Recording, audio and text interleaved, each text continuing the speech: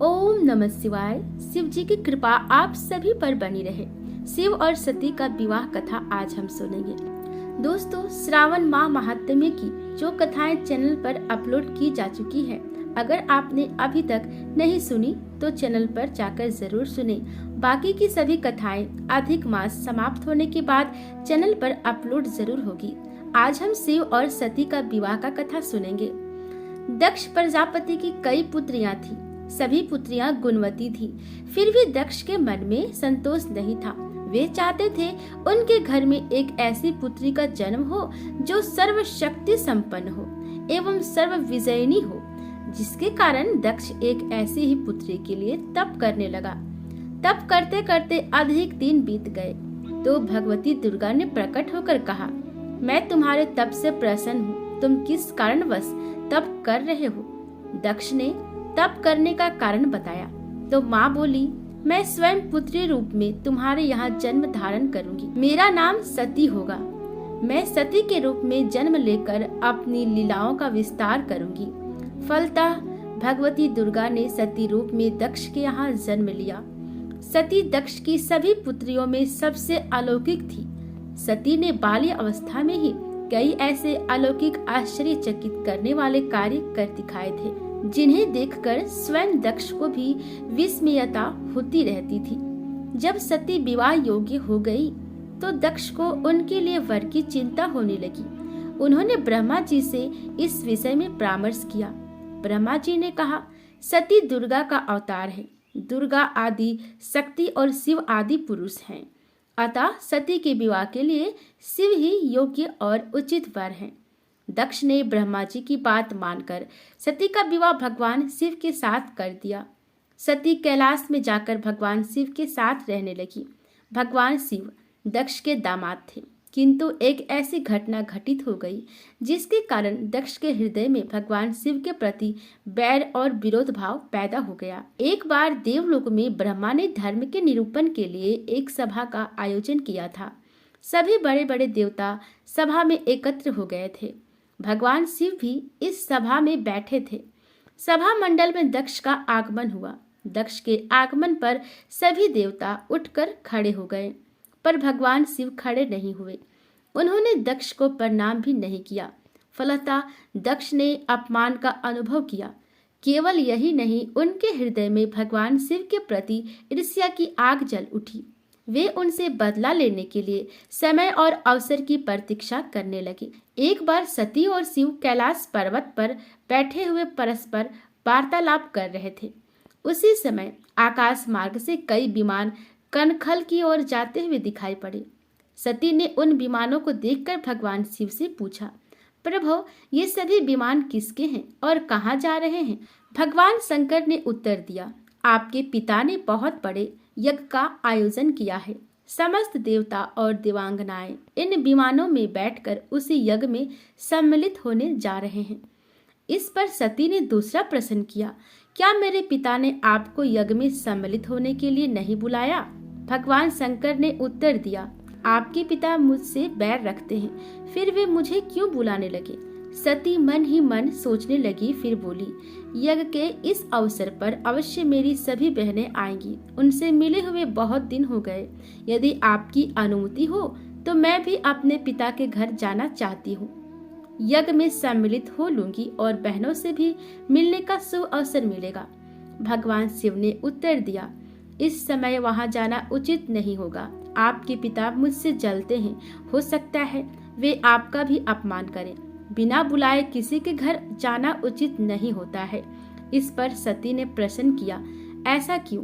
भगवान शिव ने उत्तर दिया, विवाहिता लड़की को बिना बुलाए पिता के घर नहीं जाना चाहिए, क्योंकि विवाह हो जाने पर लड़की अपने पति की हो जाती है। पिता के घर से उसका संबंध टूट जाता है। लेकिन सती पीहर जाने के लिए हट करती रही, अपनी बात बार बार दोहराती रही। उनकी इच्छा देखकर भगवान शिव ने पीहर जाने की अनुमति दे दी। उनके साथ अपना एक गण भी साथ में भेज दिया। उस गण का नाम वीरभद्र था। सती वीरभद्र के साथ अपने पिता के घर गई। घर में सती से किसी ने भी प्रेम पूर्वक वार्तालाप नहीं किया। दक्ष ने उन्हें देखकर कहा, तुम क्या यहाँ मेरा अपमान कराने आई हो? अपनी बहनों को तो देखो, वे किसी प्रकार भांति भांति के अलंकारों और सुंदर वस्त्रों से सुसज्जित हैं। तुम्हारे शरीर पर मात्र बागंबर है। तुम्हारा पति शमशानवासी और भूतों का नायक है। वह तुम्हें बागंबर छोड़कर और पहना ही क्या सकता है? दक्ष के कथन से सती के हृदय में पश्चाताप का सागर उमड़ पड़ा। वे सोचने लगी, उन्होंने यहाँ आकर अच्छा नहीं किया। भगवान ठीक ही कह रहे थे, बिना बुलाए पिता के घर भी नहीं जाना चाहिए। पर अब क्या हो सकता है, अब तो आ ही गई हूँ। पिता के कटु और अपमानजनक शब्द सुनकर भी सती मौन रही। वे उस यज्ञ मंडल में गई जहाँ सभी देवता और ऋषि मुनि बैठे थे तथा यज्ञ कुंड में धू धू करती जलती हुई अग्नियों में आहुतियां डाली जा रही थी। सती ने यज्ञ मंडप में सभी देवताओं के तो भाग देखे, किंतु भगवान शिव का भाग नहीं देखा। वे भगवान शिव का भाग न देखकर अपने पिता से बोली, पितृश्रेष्ठ, यज्ञ में तो सबके भाग दिखाई पड़ रहे हैं, किंतु कैलाशपति का भाग नहीं है। आपने उनका भाग क्यों नहीं रखा? दक्ष ने गर्व से उत्तर दिया, मैं तुम्हारे पति शिव को देवता नहीं समझता। वह तो भूतों का स्वामी, नग्न रहने वाला और हड्डियों की माला धारण करने वाला है। वह देवताओं की पंक्ति में बैठने योग्य नहीं है। उसे कौन भाग देगा?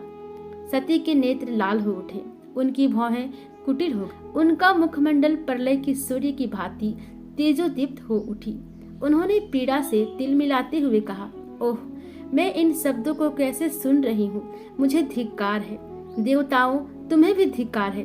तुम भी उन कैलाशपति के लिए इन शब्दों को कैसे सुन रहे हो, जो मंगल के प्रतीक हैं और जो क्षण मात्र में संपूर्ण सृष्टि को नष्ट करने की शक्ति रखते हैं।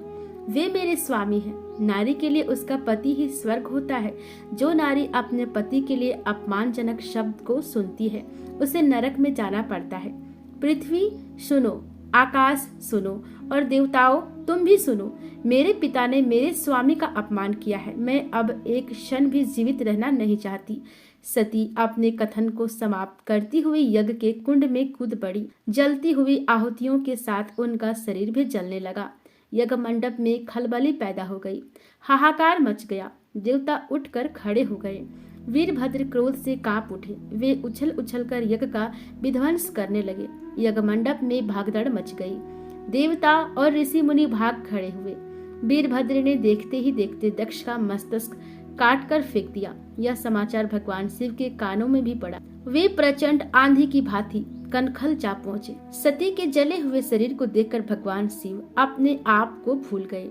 सती के प्रेम और उनकी भक्ति ने शंकर के मन को व्याकुल कर दिया। उन शंकर के मन को व्याकुल कर दिया जिन्होंने काम पर भी विजय प्राप्त की थी और जो सारी सृष्टि को नष्ट करने की क्षमता रखते थे। वे सती के प्रेम में खो गए, बेसुध हो गए। भगवान शिव ने उन्मत्त की भांति सती के जले हुए शरीर को कंधे पर रख लिया। वे सभी दिशाओं में भ्रमण करने लगे। शिव और सती के इस अलौकिक प्रेम को देखकर पृथ्वी रुक गई, हवा रुक गई, जल का प्रवाह ठहर गया और देवताओं की सांसें भी रुक गई। सृष्टि व्याकुल हो उठी। सृष्टि के प्राणी पुकारने लगे, रक्षा करे, रक्षा करे। भयानक संकट उपस्थित देखकर सृष्टि के पालक भगवान विष्णु आगे बढ़े। वे भगवान शिव की बेसुधी में अपने चक्र से सती के एक एक अंग को काट कर गिराने लगे। धरती पर 51 स्थानों में सती के अंग कटकर गिरे। जब सती के सारे अंग कटकर गिर गए तो भगवान शिव पुनः अपने आप में आए। जब वे अपने आप में आए तो पुनः सृष्टि के सारे कार्य चलने लगे। धरती पर जिन 51 स्थानों में सती के अंग कटकर गिरे थे, वे ही स्थान आज शक्ति के पीठ स्थान माने जाते हैं। आज भी उन स्थानों में सती का पूजन होता है, उपासना होती है। दोस्तों, ये कथा आपको कैसी लगी कमेंट में बताएं और मिलते हैं हम अगली कथा में।